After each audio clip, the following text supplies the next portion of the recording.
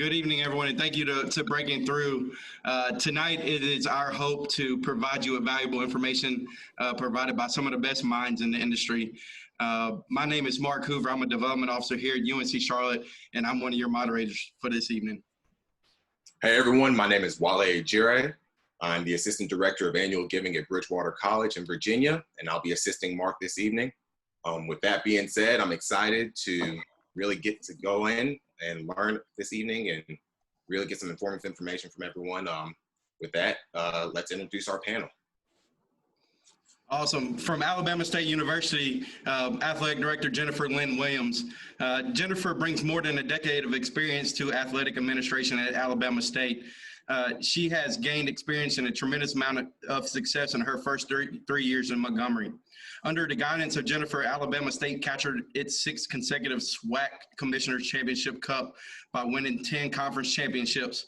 The Hornets also were recognized by the SWAC as the recipient of the Conference Academic Award, which is given to the athletic program with the most student athletes with a 3.0 or higher. Jennifer also has experience from NC-A&T, DePaul, NCCU, UNCW, and women's and leaders in college sports. From Charlotte, we have Director of Major Gifts, Katie McMurray.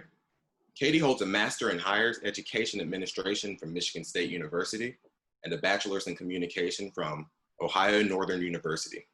She also holds graduate certificates in Organizational Development and Change, along with a certificate in strength-based coaching.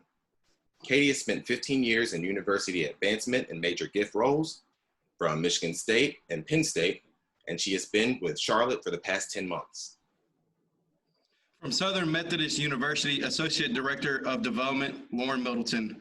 In her second stint at the Hilltop, Lauren serves as the Associate Director of Athletic Development for the Mustang Club.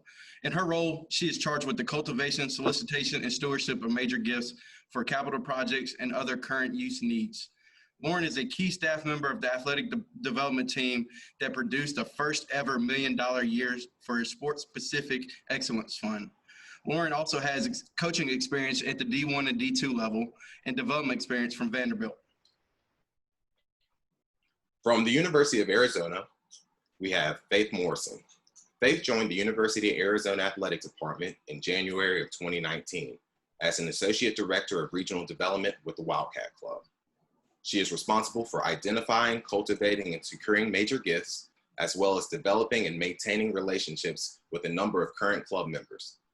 Faith has experience at Cal Berkeley, NCAA National Office, and also the Pac-12 Conference Office.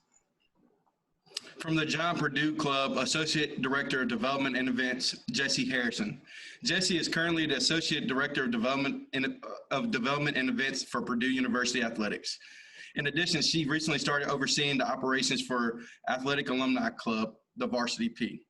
Prior to coming to Purdue, Harrison worked at Wake Forest and completed her undergraduate at Liberty University.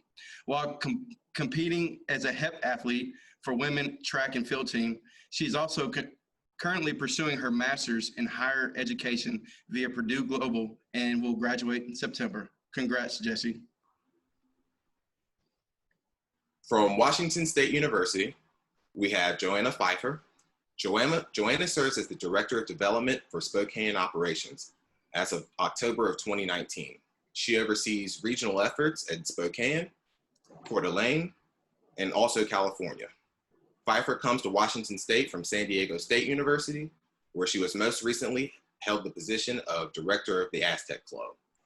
Prior to San Diego State, Pfeiffer earned her master's degree in sport administration from the University of Louisville, her undergraduate degree from Cal Poly, where she also was a student athlete on the women's soccer team.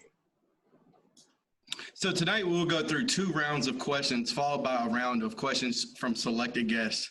So with further ado, let's lead it off with Jennifer. Jennifer, as a woman and a woman of color, what have been some of the challenges that you've come across and how did you overcome them? All right, thank you, Mark, and welcome to everyone who's joined us today. That is a very good question. As a woman of color, I've been told that I should not be working in external relationships. I was told by people that women of color normally, or minorities in period, in athletics tend to work in internal roles. So really breaking through barriers to have my seat at the table in athletic development has been a challenge, but through organizations like NAD, the National Association of Athletic Development Directors, I've been I was able to grow a lot in the field of athletic development. I tell people when, someone tells you no or tell you that you can't do something. For me, I'm a competitor. I was a student athlete. That motivates me to go after it even harder. So being told that I couldn't do something, it kind of fueled my fire to really prove the naysayers wrong. And I've been able to move extensively through my career on the external side. That's pretty much all I know. Prior to coming into development, I was in television. So it was, basically everything has been external for me, which to me has given me that opportunity to lead an athletic department. I tell people all the time that if you can raise money, you're going to always have a job and you're going to always bring value to any type of organization. So I'm grateful for my experience. I'm grateful for those challenges because it's helped make me a better leader. Thanks, Jennifer. Up next, we have Katie. Katie, with your background as a strength-based coach, how did you highlight your strengths in your own personal professional development? Oh, you're on mute.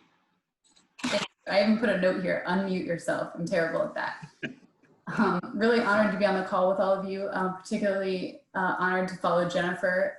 Big shoes to fill there. Really impressive women on this call, so thanks for having me. But as far as strengths go, I think that as humans, we're really hardwired to focus on weaknesses. And it's always surprising to me when I sit down with a client and the first thing that they say is, how do I find out what my bottom three are? And I'm like, hold the phone. This is about strengths. We need to talk about how to, figure out what your strengths are and how to deploy them. So I think that for most of us, our weaknesses are shameful until we really understand how to deploy our strengths. And so I think that knowing your strengths is sort of like being in a good relationship. You can't really be in a good relationship until you love yourself first. And I think strengths are very much the same way. You need to understand your strengths and what you're innately good at and how you present in a team and how you present to donors and the way you show up, the way you communicate. And so the more that you can understand about yourself and use that strengths language, particularly if you've been in team training and your team is familiar with that language. I'm a very high an activator, so I usually have an urgency. As you can even tell in my pattern of speech, I have an urgency to get on to what's next. And so sometimes I have to call that out and say, I need to dial back my activator a little bit, or it's my activator that's pushing us forward here. Awesome. Lauren, in this industry, some say your network gets you into certain doors. How are you growing your network and what advice can you give us? Yeah, thanks again for having me, Mark, and just incredibly honored to be a part of this group of talented young women in this industry. And yeah, I've been fortunate to have a mentor that I connected with, actually by somebody that wasn't even in intercollegiate athletics. And we hit it off from there. And one thing that he's encouraged is just blindly reaching out to people, never be scared, similar to a donor. Sometimes you have to make those first initial contacts. And so I've been very fortunate. If I'm in a city and I know somebody there that I've been told, hey, you should reach out to them. You should figure out what their path was and figure out their interests, that I've done that. And so I've been very fortunate. I think mentorship and networking is a two-way street. I think it's extremely important to invest in them as much as they can invest in you. And that goes beyond your professional career. Most of mine are married with kids. So it's important that I make a point to always ask about spouses and their kids. And so in everything I think you do, you have to be genuine. And I think that's really a huge part of networking, which later opens up the doors for mentors as well. Great. Up next, we have Faith. Faith, confidence is obviously key in development. How do you overcome any personal self-doubt in any task that you have to overcome? Yeah, great question. Hello, everyone. Thanks for being here. this is something that's like an ongoing process for me, something I'm continuously working on. And I think the three things that helped me kind of stay in line is helped me stay in line is finding my development superpower. So everyone as a development officer brings something to the table that makes them unique, that helps them connect to donors. So finding that development superpower and really honing in on that. Number two is trusting your instincts. You have everything you need to be successful as a development officer.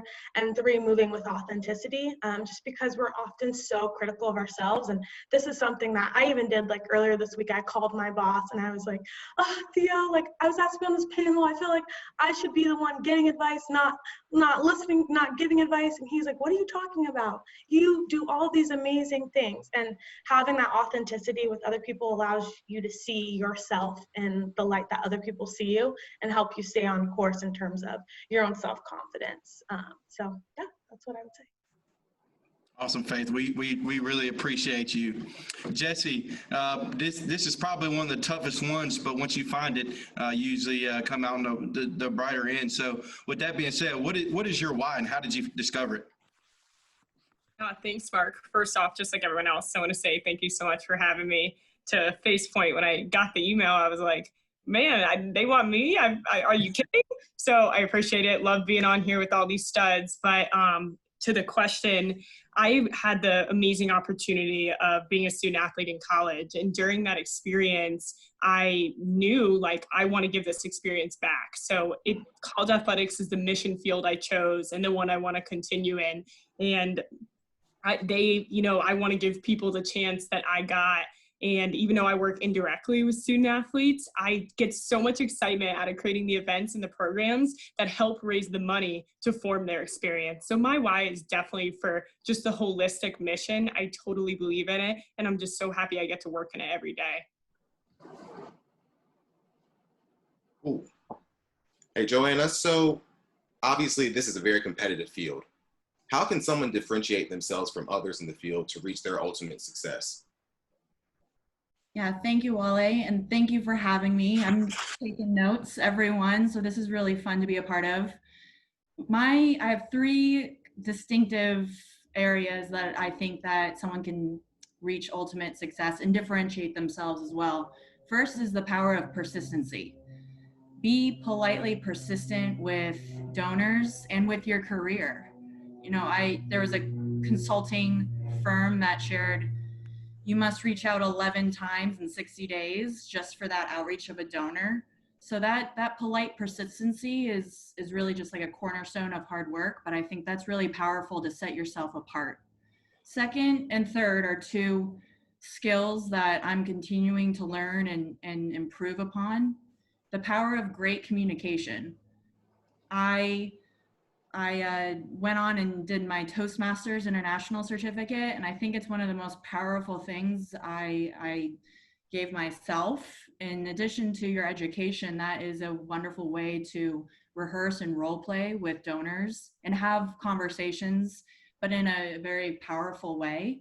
So great communication skills. And then secondly is emotional intelligence. That's quite the buzzword these days. But there's three questions that you can ask yourself today that will improve your emotional intelligence. Does this need to be said? Does this need to be said by me? And does this need to be said by me right now? And those three questions can empower you and really set you apart in this industry. Thank you so much. Jennifer, as you've grown in your career, what are some other areas that you wish you would have probably focused on more as a young professional? That's a good question, Mark. Wow. So, as development officers, major gift officers, we're all pretty focused on our numbers and hitting our benchmarks. And, coming up in that field, that was my focus. I really didn't take the time to learn what other areas in the athletic department did. While I knew on the surface kind of what they, managed, compliance, obviously compliance, but I didn't know the inner workings of what that looked like and how it all came together to make an athletic department run. So as a younger professional, I wish I would have taken more time to get to know what other internal units did. Of course, as external folks, we work a lot with marketing, we work a lot with tickets, but you don't really you don't collaborate a lot with compliance. You don't really work a lot with academics or with your business office, except when you're asking for more money in your budget. But, you know, those are the things that I wish I would have taken that time to really learn those inner workings in an early age. I really didn't get that chance until I became the deputy athletic director, where I could see how every unit played its role to get us to the bigger picture. So, you know, human resources, all these different areas come together to make an athletic department work. And our internal, you know, partners are just as important as us raising that money. They keep us eligible. You know, they keep our student athletes eligible and out there being able to perform. So understanding those roles, really, I think I would have put more emphasis on that as a younger professional in the industry. Thanks, Jennifer. This next question is for Katie. Currently, these are pretty unprecedented times. What are some resources that people could take advantage of to help grow and develop? Thanks, Wally. I appreciate the question. This is absolutely unprecedented times, but I think that this is probably good practice for sometimes when we're in roles where, you know, our budgets don't allow for professional development, or maybe we're working for somebody who doesn't focus on professional development, because I think it very much has to be a personal pursuit. I think that we often look to employers to send us to conferences or to invest in us in some ways. And while I think that that's really valuable and necessary, it really is our own responsibility. So Mark Hoover, for example, is great at this. When I started in my role at Charlotte, he came to me very early on and said, can we sit down? I want to, you know, learn from you and figure out, you know, what are you reading? What should I be reading? Who should I be talking to? So we sat down and went through his strengths profile and talked about, you know, how to get to know himself better in order to be more effective in his role. So I think that, and Clifton Strengths is certainly not the only assessment out there. There are lots of them, but take it upon yourself, invest in yourself, you know, buy a code, buy a book, take it, and then also invest in the coaching on the other side of it so that you really fully understand what we've all been, you know, to conferences and things where you take an assessment, you put it on the shelf and think, well, that was kind of cool, but really learn what it's about and what it means for you and how it influences the way you show up to work every day and interact with your peers. Awesome. Lauren, you're a very driven and goal-oriented person. What are some ways that that you keep your eye on future results? Oh, excuse me. Sorry, Lauren. Yeah. How are you navigating this industry's gender gap, especially while pursuing a leadership role? I apologize. Yeah, no problem at all. I was just trying to think on a whim. So yeah, great question. I appreciate you asking. I'm very passionate and vocal about not receiving a job because I check a box. I think, you know, it's important that you're the right fit for that university and that athletic department and vice versa. However, you know, obviously we all know there's a lack of females and minorities in the majority of development offices across the country. So how can I use that to my advantage to rise quickly, but in the right manner at the right time? And again, I think that goes back to finding the right leadership where I can grow professionally and personally, where the university is the right fit and it meets my morals and my values, and we're on the same page with what we're trying to accomplish as a whole. And with that, the last thing I would say is just doing the absolute best possible job you can do in the best manner while you're there, and think good things will happen, and you'll quickly find yourself rising a lot quicker than you probably imagine, and having long-term success within this industry.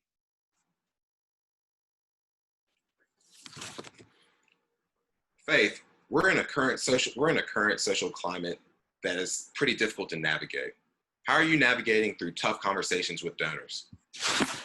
Absolutely, that's such a great question. I think the best way I can answer this is kind of walking you guys through how I responded when COVID hit. So my personal strategy this last year was working my butt off all fall and winter to prepare for my spring asks. And then COVID hit and I was like, what the heck, this was not part of the plan. But I just led with empathy first. So I reached out to pretty much everyone in my book that I had a great relationship with, and just checked in on them. How are you doing? How's your family doing? How's work doing?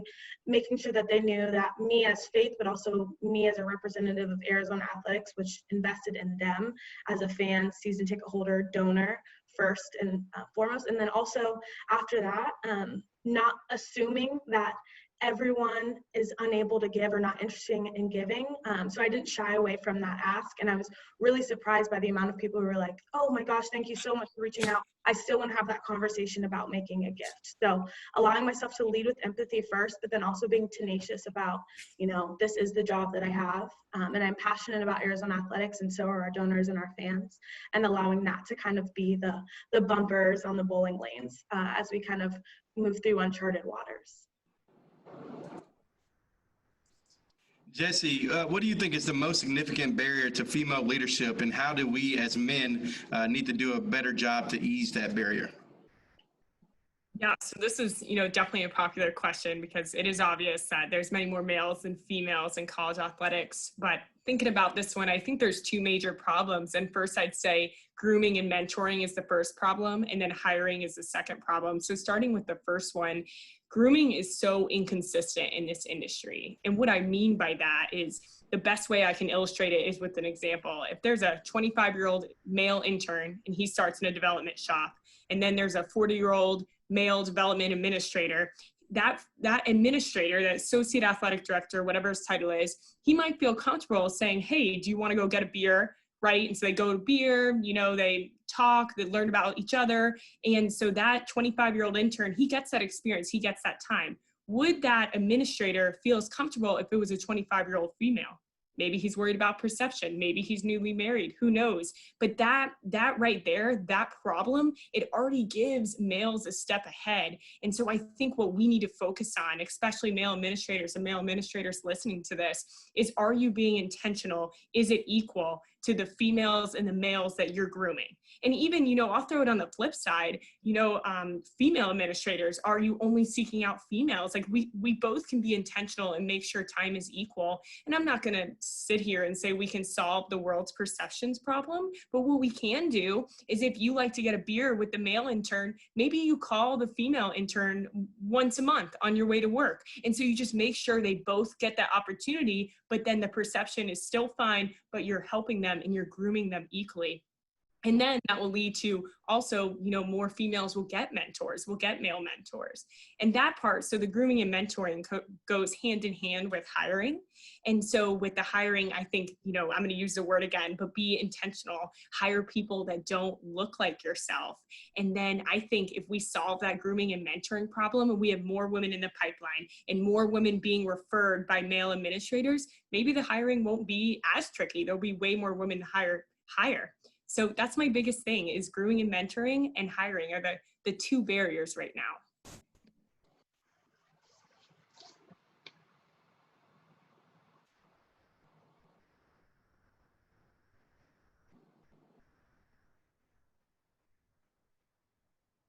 I think you're on mute, Wally.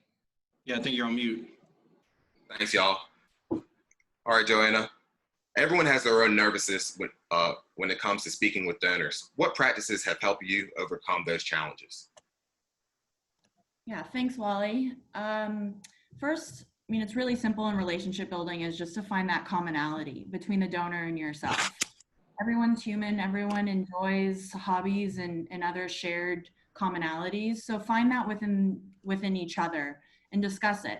Ask powerful and authentic questions that lead them to giving you those answers that share the commonalities. So asking about their family or their pastime, their work that engages you both in similar conversation, that will open up both of you in that conversation, really just relationship building there. And then I would say a second piece of advice is that something that someone shared with me prior to an interview is that if an interviewer is speaking more than the interviewee, they are recruiting you rather than interviewing you. And I think that it's true when you bring into a donor conversation. If you're asking the right questions, they're speaking more often than you are. And that's really a sign that you're opening that relationship up, and they're recruiting you to be a part of their life. They're recruiting the institution, the development shop, to be a part of their conversation in their home as well. And third, 64% of donors are females. So bring that woman, the spouse, the partner into the conversation, even if it's not a one-on-one conversation and it's a two-on-one. Bringing that female, that spouse or partner into the conversation, I think would really open up and enable that conversation where it's less nervous for both parties. Thank you so much. For this round, we have asked 6 guests to question our panelists. So leading off from this round from Alabama, Jakari Hurd.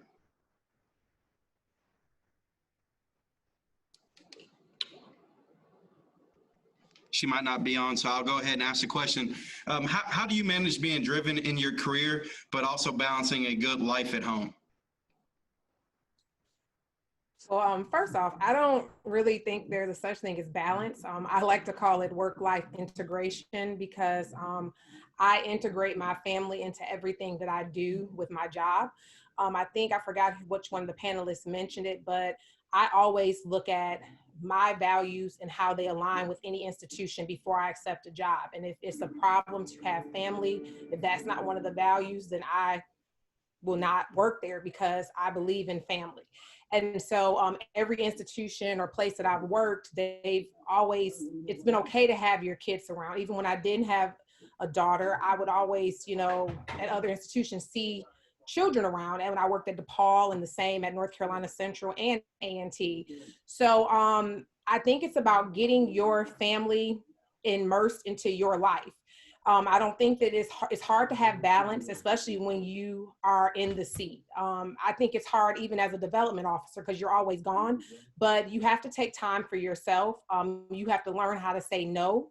Sometimes we can't do everything. Sometimes we can't be at every event. And you have to be honest with yourself and when your boss, if you feel like you're burnt out, and I talk to my staff a lot about this, mental health days are real. And in this climate, I think it's even more important that we are talking about mental health and what that means and how we're managing our careers with our personal life. So again, I believe in that integration. My daughter's at pretty much every game. She's been traveling since 6 months. I take her to conventions with me. I, have her, whether it's my mom or dad or whomever, someone is there to assist, but it's really about the team too. I believe in team. I have my team and my tribe of people who assist me with making it work. As a female, that was something that I really was concerned about when I got into this business and got heavy into it. I always knew I wanted to be an athletic director, but I was concerned because I didn't see a lot of athletic directors who were married with kids. And that was always a top priority to me. Family was non-negotiable. So I was very concerned about that. A lot of my friends who are coaches and administrators now, they don't have children, they're single. And this is a topic that comes up a lot. I talk to women in development and women in athletics in general, is how do you manage it? But it's about setting your boundaries and knowing what's non-negotiable to you, and then finding a place, an institution that aligns with your values. Wow, Jennifer, I was talking to Faith in the chat. I'm like, you guys are really dropping gems. You're making us all look really great right now. I really appreciate that. From North Florida, we have a question from Haley Townsend. Hi, Katie. So how did you move forward when someone told you that your idea would not work? I'm off of mute. I am. Thanks, Haley. I appreciate it. So I'm trying not to take this this question personally. Mark Hoover, I hope there's no intel behind this question, but so to that end, I think that it's really important to bring vulnerability every day with you to work. Joanna and I were talking just before you all got on about Brené Brown, and if you haven't watched her her piece on, or her TED Talk on vulnerability, it's a great one. But I think, the long and the short of it is we don't have all the answers. None of us do. And so it's important to surround yourself with a really knowledgeable team, and also, mentors and peer mentors. So one of my really good friends on our team is our executive associate AD, Reagan Hill. And she has been at a lot of other institutions and has been really forthcoming in her knowledge with me of, you know, what has worked at other institutions or who I should be talking to at other institutions. I'm a big fan of not reinventing the wheel. So, you know, how else can we attack this, or how have other shops done it in a meaningful way or something that works? So how can we learn from each other in that way? And then also peer mentors. So one of my biggest advocates on our team is Brittany Kicklighter, who used to be an admin in athletics and now is a fundraiser on the foundation side. But she's always sharing her knowledge with me, and we're able to strategize and talk through things together. And I think it's just important to have people around you who have strengths that differ from your own, and, you know, be able to lean into those. And also to listen to your team.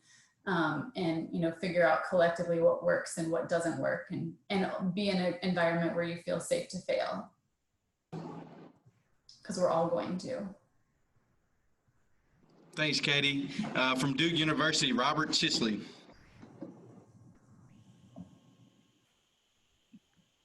Hi, my question is for Jennifer. I wanted to ask, with you working at HBCUs, historically, I know that they don't have as robust as development shops. So I wonder, how is that process like starting a development shop at HBCU? That's a really good question. Chisley, did I say your name correctly? I hate butchering people's names, Yeah. but yes. Okay, awesome, Chisley. It's challenging. It's challenging because a lot of HBCUs, they're behind when it comes to philanthropy. From a university standpoint, and talking and educating their constituents about what it means to give. You know, when I left DePaul University, a private Catholic institution, to go to North Carolina A&T, they were changing their structure. They had a lot of different booster organizations that gave to athletics, but it wasn't streamlined. It wasn't any structure to it. So I had to come in and implement a plan. And we had a foundation. It was the Aggie Athletic Foundation.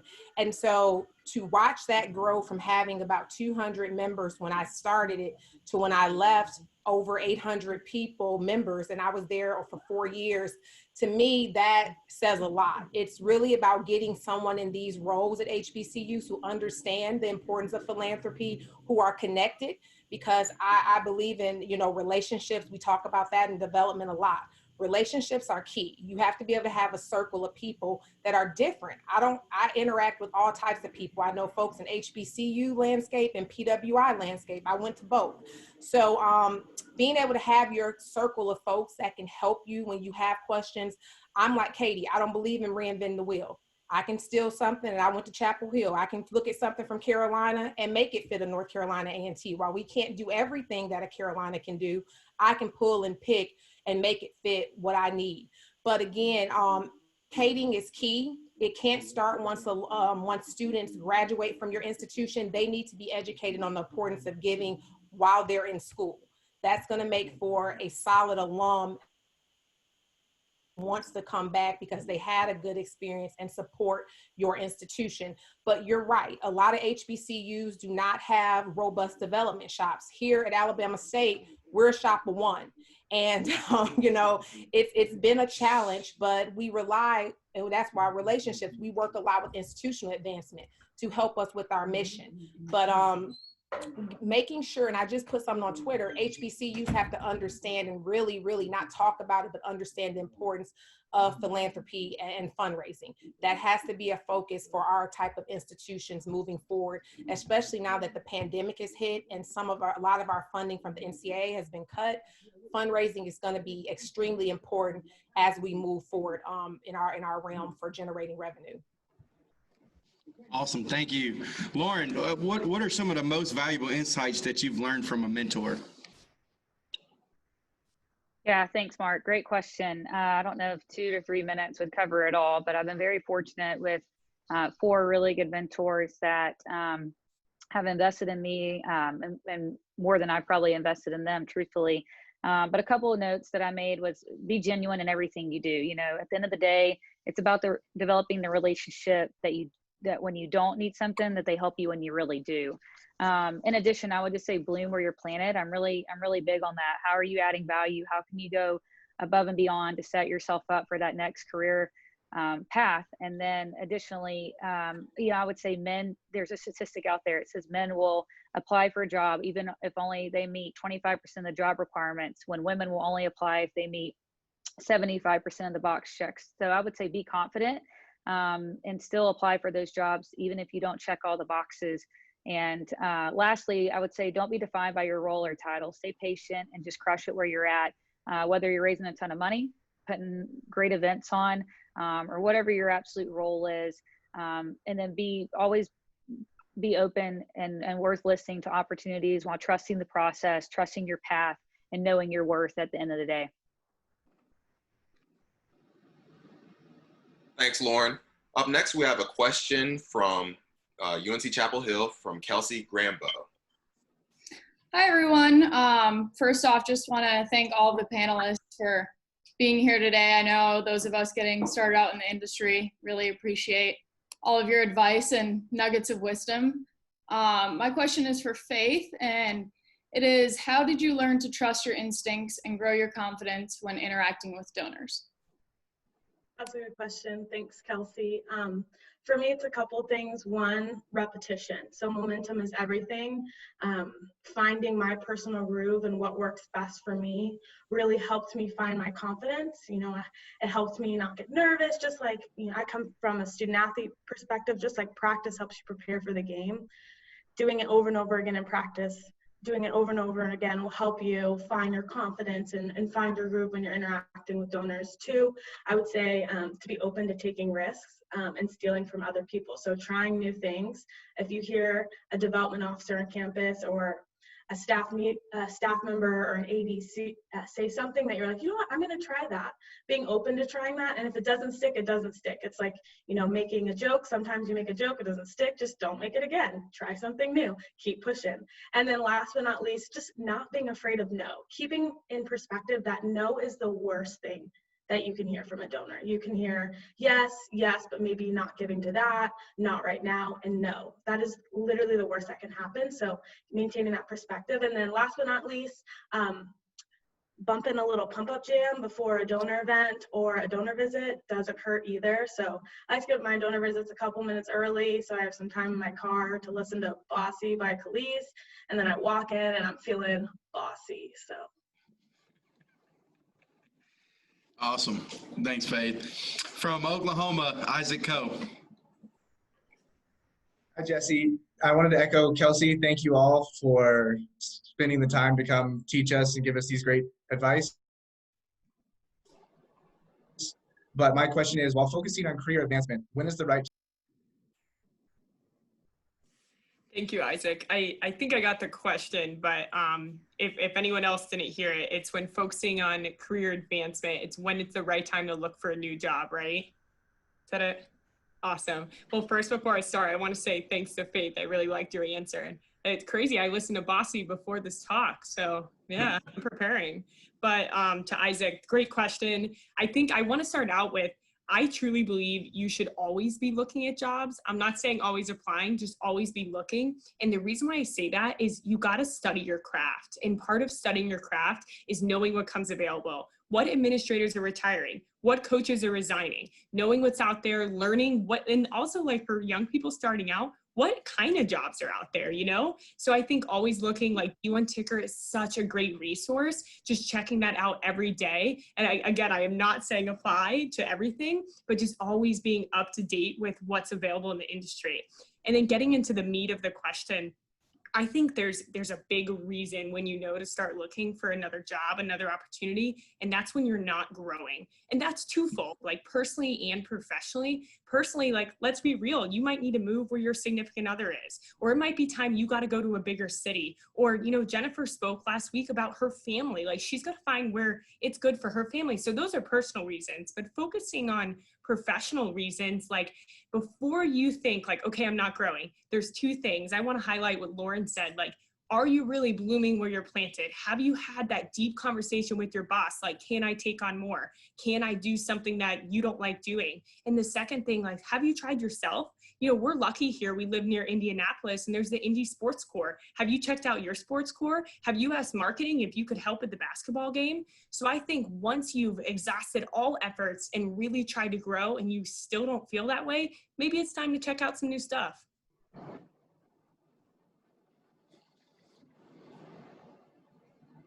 Thanks, Jessie.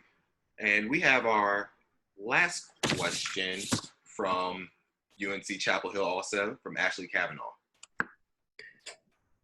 Hi, thank y'all so much for being here. This has been so great. My question for Johanna is, how do you motivate yourself when obstacles arise? And what are some ways that you motivate yourself to keep going? Thanks, Ashley. Yeah, I will start with saying do what makes you feel confident, and Faith touched on it. Have that dance party. For me, it would be working out in the morning.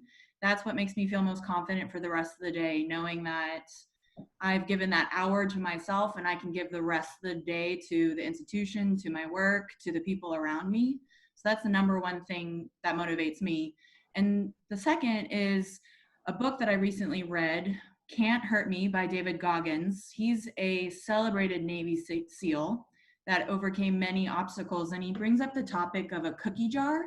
And a cookie jar is something that you fill cookies with little success stories and goals that you've achieved. And so when you're itching for motivation, when you need some pull to help you get over that next hurdle and hoop, he pulls a cookie out of that cookie jar.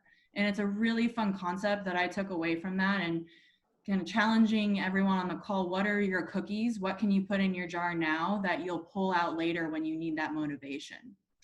And third, as a former student athlete, there were undoubtedly times that you needed to display grit and determination. There's times that you needed to cultivate that in yourself as well.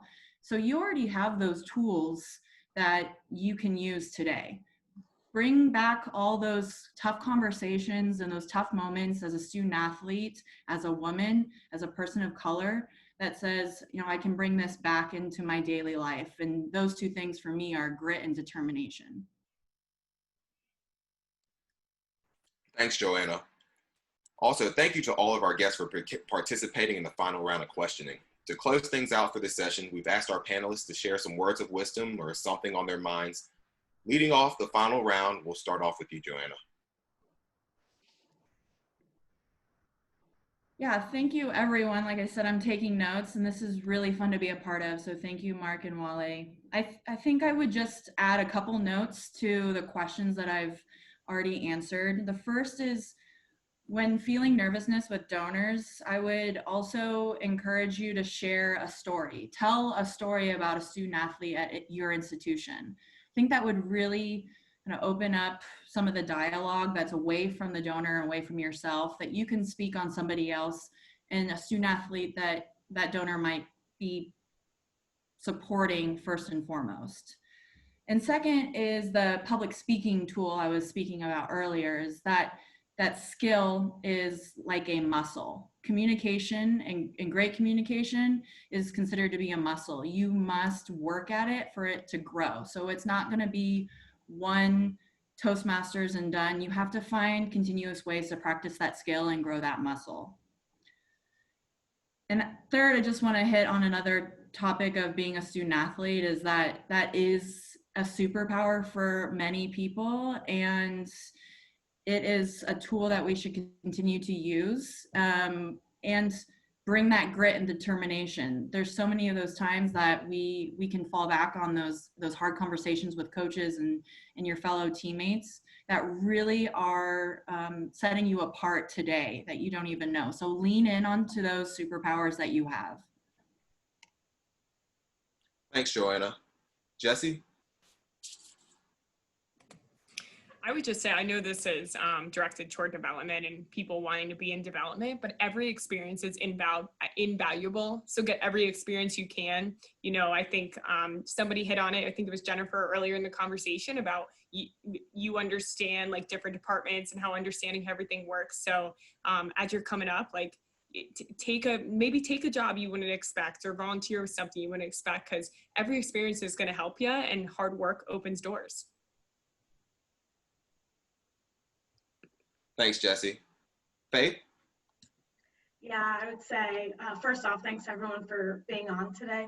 I'd say the biggest thing is learning how to communicate the experiences that you've had to date. Transferable experiences, hopping off of what Jessie said, are everything.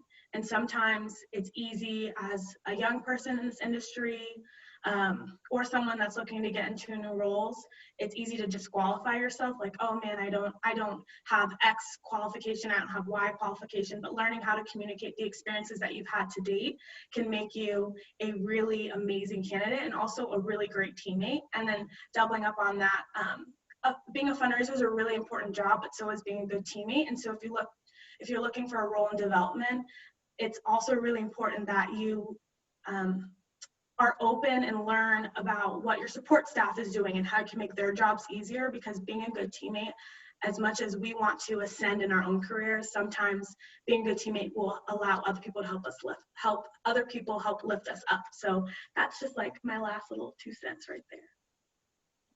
Thanks, Faith. I appreciate it. Up next, Lauren. Yeah, I echo everything all these incredible women have said already. But again, just going back to like, bloom where you're planted, where can you add value? Where can you be present? Where are you distinguishing yourself? Where are you volunteering, even though it may not even fit your area? You're never above your title. Like, you should always be leading with a servant leadership, and leadership is not based on a title.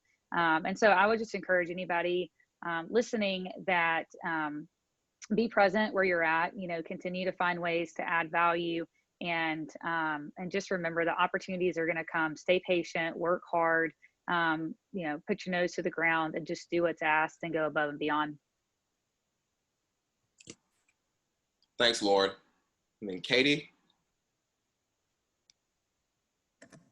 Thanks, Wally. Appreciate it. All of this advice has been incredible. And Faith, you totally undersold yourself on the front end.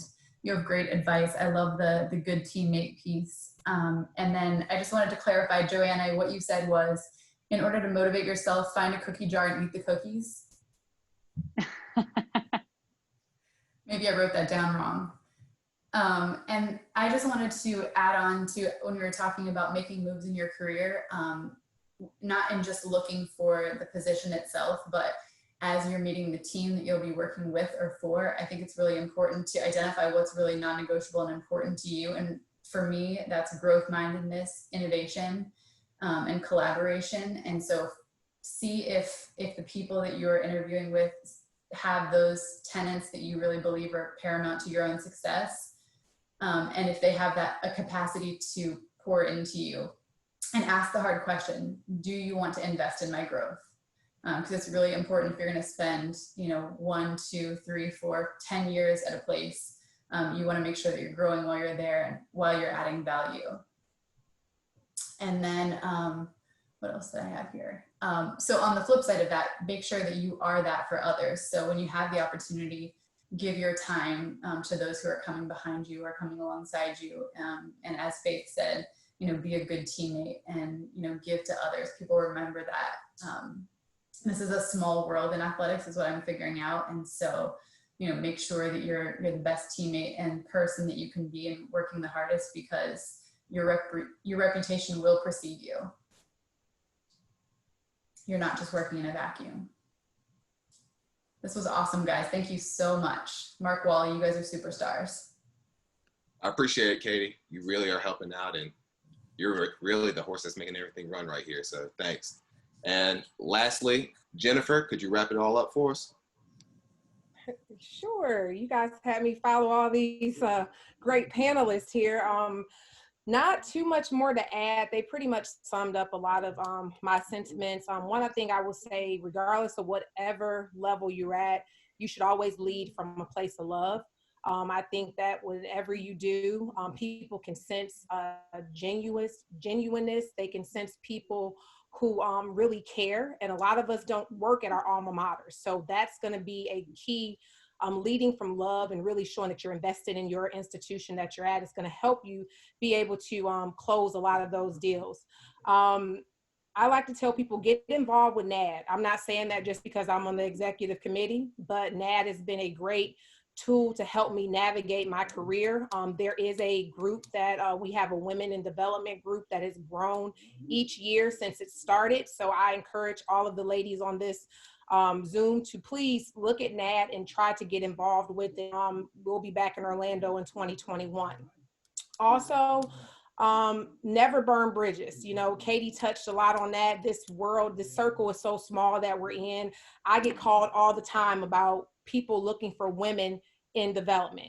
And make sure you're staying connected. Make sure you're, always putting your best foot forth and that you're operating with integrity. Lastly, I tell people, we talk a lot about confidence. You have to own your dopeness in whatever you do. You can't be afraid. You have to go out there. Faith plays bossy. Sometimes I feel like Savage is mine. You have to go out there and no, you just have to always, come from a place of confidence. At the end of the day, I think Faith said it, they can only tell you no. And if that's the worst that it's going to be, don't be afraid to shoot your shot. It's what they say, you miss half the shots you don't take. So you never know what can happen. And, with me being a basketball player, you have to take the shot, but own your dopeness in whatever you do. Lead from a place of love. And I feel like if you lead with love, everything will fall in line. So that's my little piece of advice. And again, thank you, Wale and Mark. This has been awesome. So thank you all. And it's been a pleasure to be on this panel with all you wonderful leaders, you women leaders over here. Awesome. And Jennifer, with you being from Detroit, I thought you would hit the Blade Icewood dance, Boss up and get it, Hey, I was about to hit y'all with some Journey, but that's before your time. I don't think y'all know about Journey, but that's okay. Just don't stop believing. I'm gonna leave that. Y'all can Google that. Awesome. To all of our guests and obviously our panel, I'm truly thankful for you guys even taking the time out of your schedules to sit down with us. Thank you to the guests that showed up. If you guys need anything, please feel free to reach out.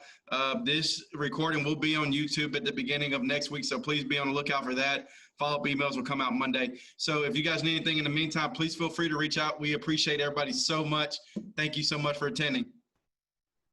Thank you, guys. And we're also trying to make this better with every iteration of it. So if you have any feedback, please feel free to reach out to me and Mark. And thank you again for attending. And everyone take care and have a wonderful rest of your week.